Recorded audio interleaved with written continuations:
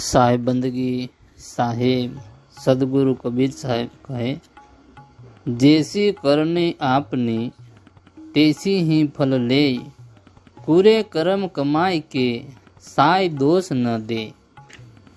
सदगुरु कबीर साहेब कहे कि जेवी तमारी करणी तेवुं ज तमारू फळ तमने आशा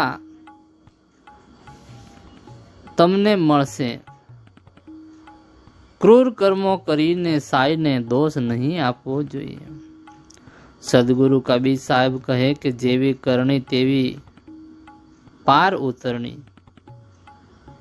जेने जेना जेवा कर्मो करे छे तेवा ज तेने फळ मळे छे। सदगुरु कबीर साहेब कहे कि सारा कर्मो करवाना सारा अने खराब कर्मो करवाना खराब फळ मळे छे। ए तो कबीर साहेब कहे छे कि खराब क्रूर कर्मो कर्या पछी ज्यारे ज्यारे ते कर्मोनुं फळ खराब आवे त्यारे तारे भोगववानुं छे। त्यारे भोगववाने तू दोष नहीं आपतो, कारण के ए तो तारा कर्मोनुं फळ तने मळी शके छे। तारा कर्मोनुं फळ तने मळी रह्युं छे एम जाणजे। सदगुरु कबीर साहेब कहे कि साहेब के दरबार में क्यों करी पावे दाद, पहले बुरा कमाई के बाद करे फरियाद। सदगुरु कबीर साहेब शुं कहे कि प्रभुना दरबार में एवा माणसोने दाद क्यांथी मळे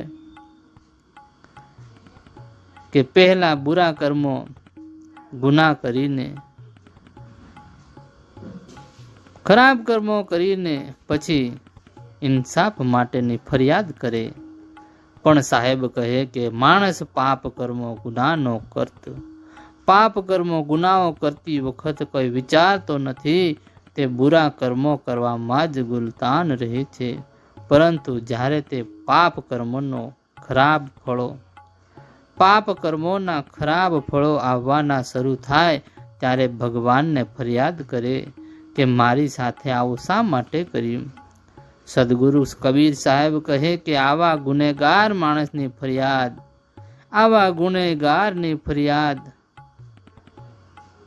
प्रभु शा माटे सांभळे। पहला गुनाह करी पछी तमे प्रभु पासे माफीनी अपेक्षा राखो। गुनो कर्या पछी प्रभु पासे माफीनी अपेक्षा राखो तो प्रभु केवी रीते स्वीकारे, ईश्वर केवी रीते स्वीकारे।